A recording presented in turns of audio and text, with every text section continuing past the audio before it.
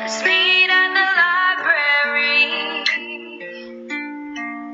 Okay. Hi everyone, it's Julia and welcome back to my channel. Today I am so excited because I'm going to do the Six the Musical book tag. This was created by Kara from Wild Book Garden and Hannah from Snow White Reader, both of whom have amazing channels that you should absolutely go check out if you don't already know them. They'll be linked down below. And this tag on its own is amazing, but it's based on a musical, and if you're not familiar with Six, it is about the six wives of Henry VIII, you know, divorced, beheaded, died, divorced, beheaded, survived. You may have heard of them. Except they're like pop singers, and they're like coming back with a vengeance and being like, now we're ex-wives. Listen to our stories, listen to our struggles. It's a lot of girl power. It's a lot of absolute bops. And it's amazing. I was really fortunate. I was able to go see it in Chicago. I mean, I literally like went by myself and saw it. I was like, I don't care, I'll go see it. But it originally opened on the West End in England. But regardless, it's coming to Broadway. So just soak it in. Listen to the music if you haven't already, it's so good, and then you'll want to go see it too. So all of the questions in this tag are based on the songs in the show. There's only 9 songs. The first song / prompt is Ex-Wives, a female-centered retelling. I thought long and hard on this answer, and I'm going to cheat and just say everything that Kiersten White touches. Like, that woman can do no wrong in my book. We're talking The Dark Descent of Elizabeth Frankenstein. Victor, who needs him? He sucks. Let's talk about Elizabeth. And I darken. Hello. Vlad the Impaler? No. Let's make him a girl. That's more exciting. Oh my god. We'll get back to Lotta in a minute.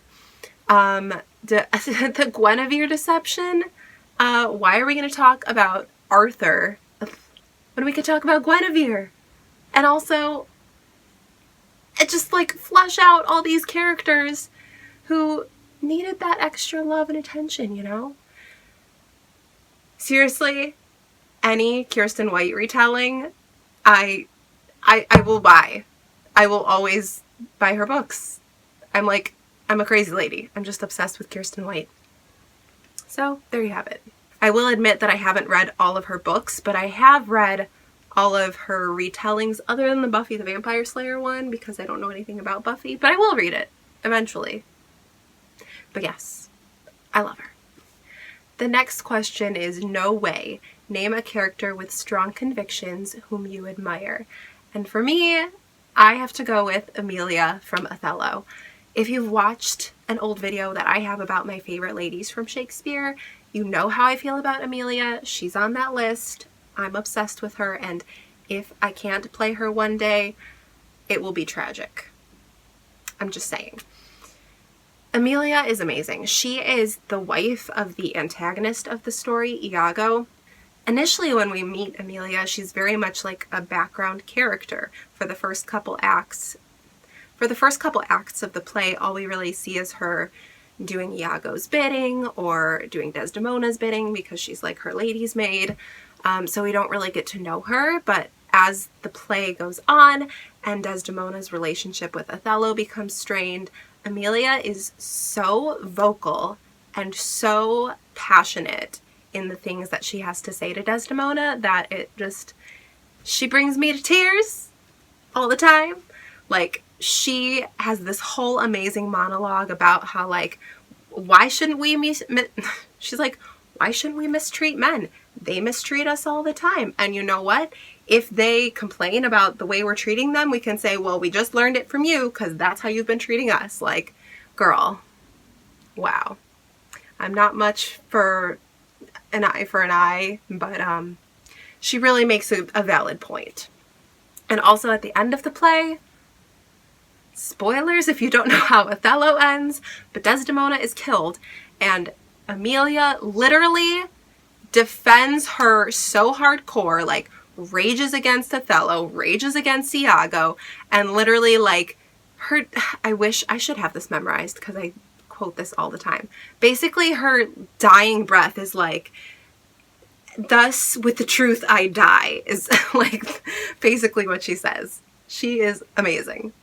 Okay, that's enough of a rant about Amelia. The next question is for our dear, dear Anne Boleyn. The first one was Catherine of Aragon, by the way, who is maybe my favorite queen. I don't want to pick favorites, but maybe.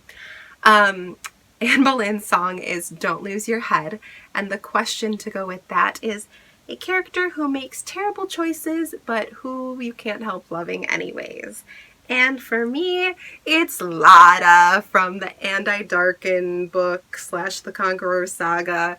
That girl crazy, but I love her, and I never anticipated loving her. Like, I went into those books thinking that Radu was going to be my favorite character, and I would only like him, and it'd be worth it to read about him, but honestly, I love Lotta.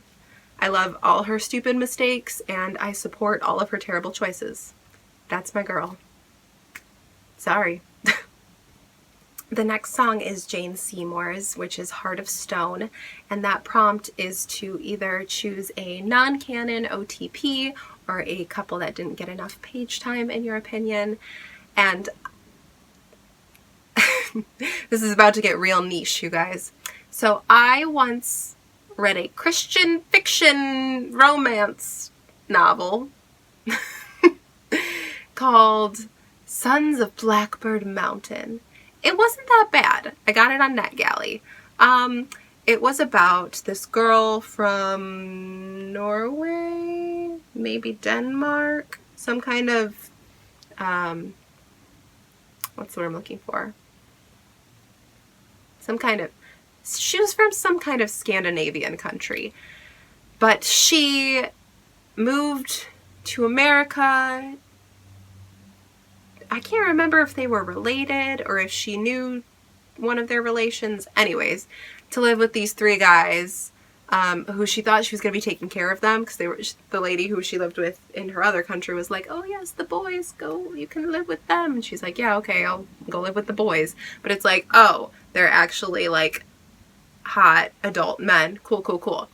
I love a love triangle that involves brothers, because I think the best love triangles involve three parties that all care about one another. Like, it can't just be this side and this side of the triangle. Like, you need some kind of form of love on each side. Anyways, so naturally I was loving that. And the oldest brother was Jorgen. Jorgen. I'm not Scandinavian. I don't know. I think it's Jorgen. He was not involved in the love triangle, but he was nice. The middle brother, Thor, was like the main love interest, and he was like a really cool, complex character. Like, he was deaf, he started the novel as an alcoholic, like, there was a whole character arc. It was pretty good, not gonna lie. But the youngest brother, whose name I especially don't know how to say, I think it's Hakon? Hakon. I'll put it on the screen somewhere. That boy, I loved that kid.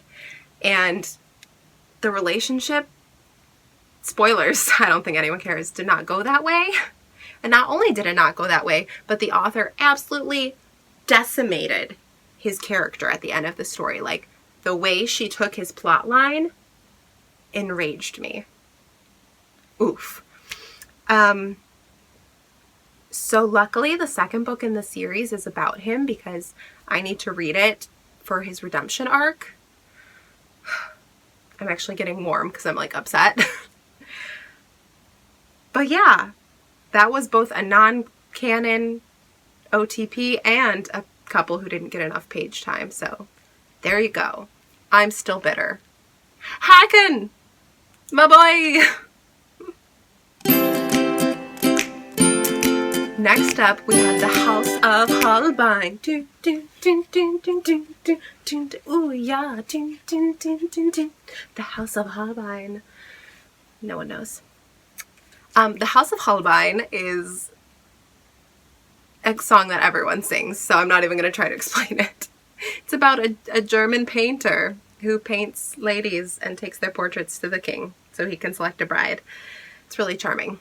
But the prompt for this is a female authored work that you read translated. And here's the thing. I haven't read a lot of translated books in general, but I'm fairly confident I've never read a book that was translated, that was written by a woman, or that was translated by a woman.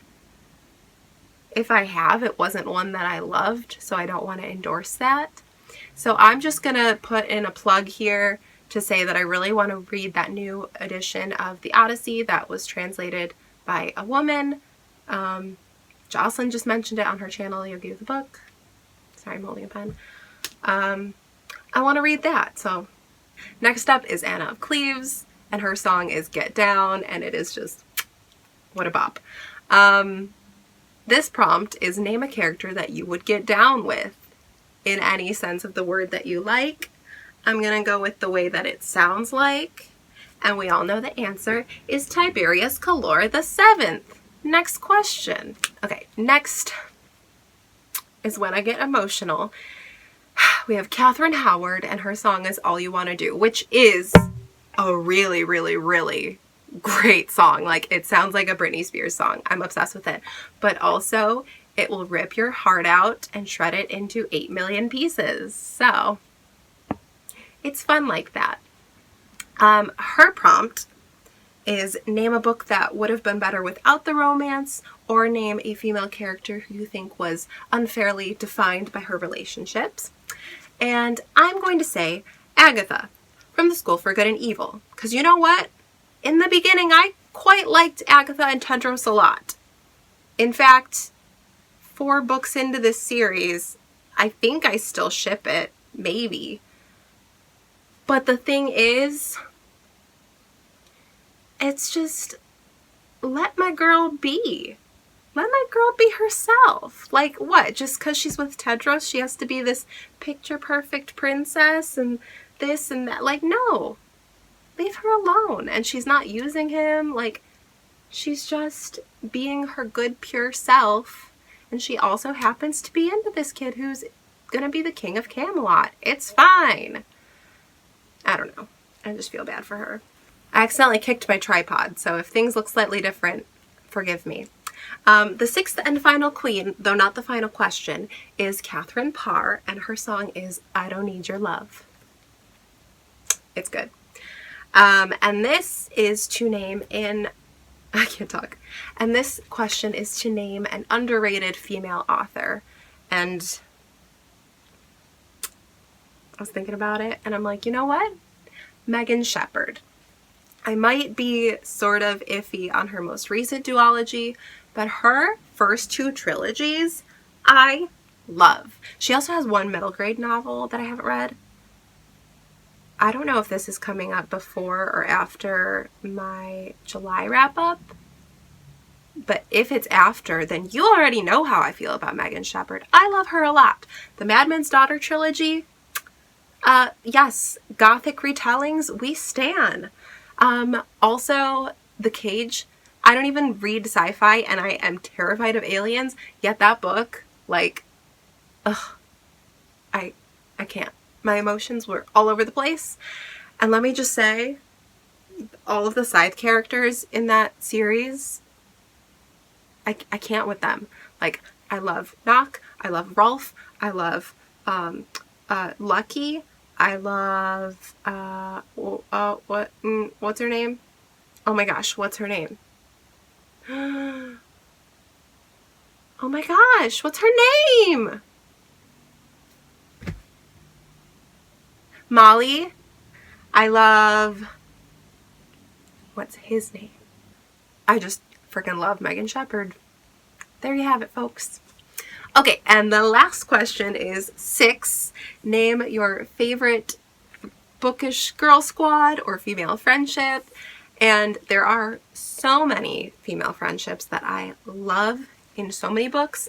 I'm going to give 2 quick honorable mentions. One would be Mia, Lily, and Tina from The Princess Diaries.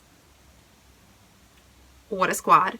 And then also, Oh, what are their names? Vivian and... Shoot! Okay, this is embarrassing, but I'm not gonna look it up.